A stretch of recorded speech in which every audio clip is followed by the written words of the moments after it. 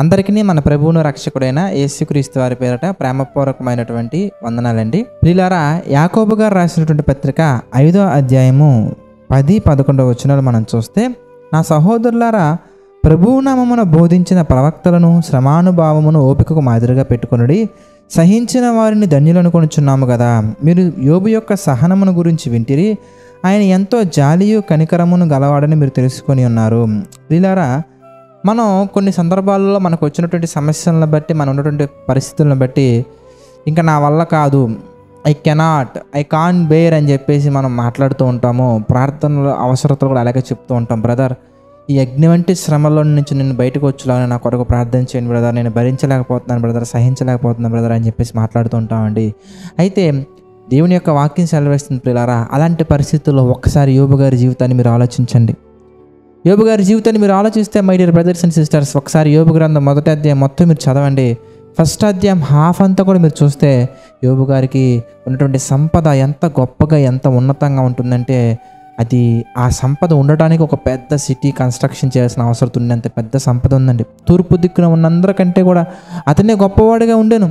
అయితే అలాంటి వ్యక్తి జీవితంలో వచ్చినటువంటి శ్రమలు ఎంత కఠినమైనవయ్యా అంటే, మరి అతనికి ఉన్నటువంటి ఎడ్లు కానీ, గాడిదలు కానీ మొత్తం కూలిపోయింది, సర్వనాశనం అయిపోయింది అనే వార్త వింటూ ఉన్నప్పుడే మరొక వార్త, ఆ వార్త కంప్లీట్ అయ్యేలోపే మరొక వార్త, ఈ వార్త కంప్లీట్ అయిపోయేలోపే మరొక వార్త. కొద్ది క్షణాలలో ప్రియులారా ఎలా అయిపోయిందయ్యా అంటే, ఒకప్పుడు గొప్పగా రిచ్ లైఫ్లో ఉన్నటువంటి యోబు గారు కాస్త తలగొరిగించుకొని బాధపడుతూ ఉండే పరిస్థితిలోకి వెళ్ళిపోయిందండి. వీటి వల్ల మనకి కీడు జరుగుతుందని మనం అనుకుంటాం, కానీ ప్రియులారా, వీటి ద్వారా మనం శ్రమల్లో మనం సహనాన్ని నేర్చుకుంటాం, ఓపికను నేర్చుకుంటాం, అనుభవాన్ని నేర్చుకుంటాం, వాక్యాన్ని ఎలా లైఫ్లో కనెక్ట్ చేయాలో నేర్చుకుంటాం. మన జీవితంలో ఏదైనా పొరపాట్లు జరిగి ఉంటే కనుక ఆ పొరపాట్లు ఎక్కడ జరిగాయి, ఏ విధంగా జరిగాయని తెలుసుకుంటాం. అన్నిటికంటే ముఖ్యంగా my dear brothers and sisters, మనతో ఉన్నటువంటి వారు, మనతో ఉంటున్నటువంటి వారు నిజంగా ఉండేవారెవరు, నటించేవారెవరు అనే విషయం మనకి డీటెయిల్డ్గా మనకు అర్థమైపోద్దండి. మనతోనే ఉంటారు, మనతోనే మాట్లాడుతుంటారు, మనకే నీతులు చెప్తూ ఉంటారు, మనల్ని ప్రోత్సహిస్తున్నట్టుగా ఉంటారు. కానీ మన జీవితం కష్టాల్లోకి వెళ్ళిపోయిన తర్వాత, శ్రమల్లోకి వెళ్ళిపోయిన తర్వాత, కన్నీళ్ళలోకి వెళ్ళిపోయిన తర్వాత వారి యొక్క నిజస్వరూపం బయటకు వచ్చేస్తుందండి. యోబు గారి జీవితం మీరు ఆలోచిస్తే, భార్య మాట్లాడుతూ ఉంటుందండి. ఏమంటే, ఇంకా నువ్వు యథార్థతను వదలక ఇందువా, దేవుణ్ణి విడిచిపెట్టు అని ఆమె మాట్లాడుతుందంటే, మేబీ ఆమె బాధలో ఉండొచ్చు, ఎలాగైనా మాట్లాడుండొచ్చు, కానీ అలా మాట్లాడేది కరెక్ట్ పని కాదు ప్రియులారా. ఎందుకంటే దేవుని వలన మనం మేలు అనుభవించుదుము, కానీ దేవుని వలన కీడు అనుభవించుదుమా? ఏమండి, యోబు గారు ఒక ధనవంతుడిగా ఉన్నప్పుడు, ఒక గొప్ప వ్యక్తిగా ఉన్నప్పుడు, మరి అతను తూర్పు దిక్కున అందరికంటే కూడా గొప్పవాడుగా ఉన్నప్పుడు, అతను చుట్టూ ఉన్న వారందరిలో కూడా ఎవరు కూడా యోబు గారు కష్టాల్లో ఉన్నప్పుడు వచ్చినట్టుగా మనకు కనిపించదండి. నీ జీవితంలో, నా జీవితంలో కూడా ఈరోజు అన్ని ఆనందమైనటువంటి జీవితం ఉంటే, అన్ని ఆనందమైనటువంటి పరిస్థితుల్లో ఉంటే మనతో ఉండేవారు ఎవరో మనకి ఎలా అర్థమవుతుందండి?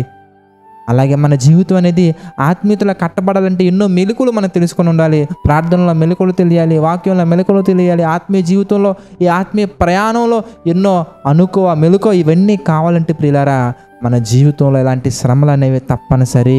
అందుకే పేతురు గారు రాసిన పత్రికలో మనం చూడొచ్చు, నేను అంటారు, ఇదిగో నశించిపోవు సువర్ణము అగ్ని పరీక్ష వలన శుద్ధపరచబడుచున్నది కదా.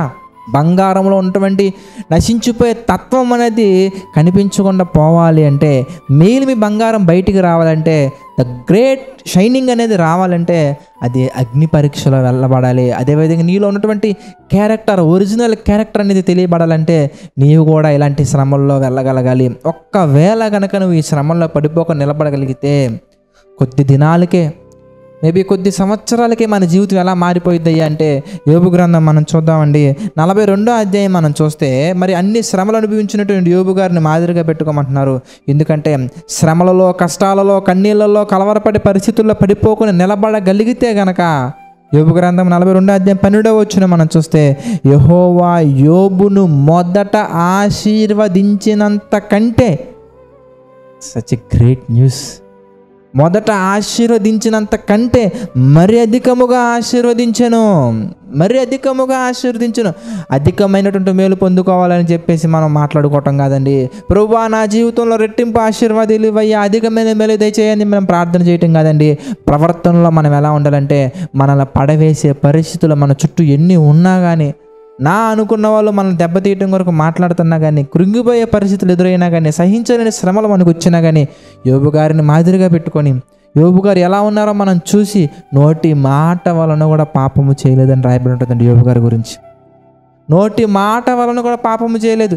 ఇంకా మనం చూస్తే 1వ అధ్యాయం మనం చూస్తానండి. 1వ అధ్యాయము 21వ వచనం మనం చూద్దామండి. నేను నా తల్లి గర్భములో నుండి దిగంబరినై వచ్చితిని, దిగంబరనై అక్కడికి వెళ్ళేదను.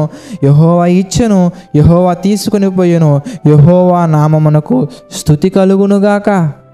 స్తుతి ఎప్పుడు కష్టాలలో కూడా, స్తుతి ఎప్పుడు నష్టాలలో కూడా, స్తుతి ఎప్పుడు శ్రమలలో కూడా, స్తుతి ఎప్పుడు దీవించబడ్డాక, దీవించబడకముందు, కష్టాలు వచ్చినా, నష్టాలు వచ్చినా, శ్రమలు వచ్చినా, ఇరుకులు వచ్చినా, ఇబ్బందులు వచ్చినా, నా దేవుడు నన్ను కాపాడతాడు, కాపాడారు, కాపాడగలరు అని దేవునికి మనం స్తుతి యాగము చెల్లించుకుంటూ, స్తుతులు చెల్లించుకుంటూ ప్రభు కొరకు మనం బ్రతకగలిగితే ప్రియులారా మనం చూడొచ్చు.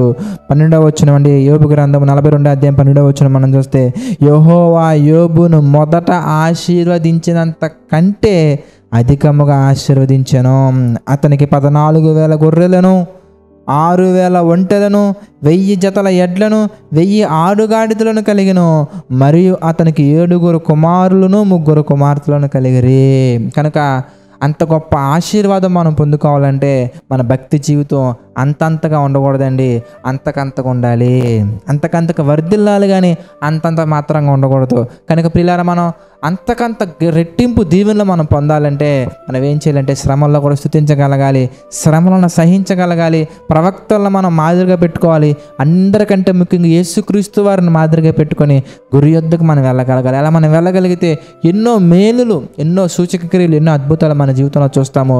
ఆత్మ సంబంధమైనవి ఇంకా ఎక్కువగా మనం చూస్తాము. ప్రార్థన చేసుకుందామండి. ప్రార్థన. దయగల తండ్రి, ప్రేమగల దేవ, పరిశుద్ర, సకల ఆశీర్వాదములకు కారణభూతులైన తండ్రి, అనేకమైన విషయాలు మా జీవితాల్లో జరిగించి మీ చిత్త ప్రకారం నడిపించి ముందుకు తీసుకువెళ్తున్నందుకు కృతజ్ఞతాస్తుతులు చెల్లించుకున్నాము తండ్రి. మమ్మల్ని దీవించండి, ఆశీర్వదించండి, బలపరచండి తండ్రి. ఇంకా ఎన్నో విషయాలు తండ్రి మీ చిత్త ప్రకారం మేము నేర్చుకుని ధ్యానించి తండ్రి మా యొక్క జీవితాల ప్రభావ మీకు అనుకూలంగా కట్టుకున్నట్టు మాకు సహాయం చేయండి. మమ్మల్ని నడిపించండి, బలపరచండి తండ్రి. దేవా, ఆర్థిక, ఆరోగ్య, మానసిక సమస్యల్లో కృంగిన ప్రతి ఒక్కరిని మీరు దీవించండి, ఆశీర్వదించండి తండ్రి. మీ చిత్తమైతే మేము ఇంకా ఎన్నో విషయాలు, ఎన్నో కార్యక్రమాలు తండ్రి జేసీ చర్చ్ ద్వారా మేము చేస్తూ అనేక మందికి మాదిరిగా, అనేక మంది దీవెనకరంగా మా తండ్రి ఈ పరిచర్య ఉన్నట్లుగా సహాయం చేయండి తండ్రి. సమస్త మహిమ ఘనత ప్రభావాలు మీకే చెల్లించుకుంటూ ఈ పరిచర్యలో మా తండ్రి పాలిభాగస్తులు అవుతున్న ప్రతి ఒక్కరిని మీరు దీవించమని, ఆశీర్వదించమని, బలపరచమని మా ప్రభువును రక్షకుడైన యేసుక్రీస్తు వారి పేరిట ప్రార్థన అడిగి వేడుకొనుచున్నాము తండ్రి. ఆమేన్. అందరికీ వందనాలండి. God bless you all.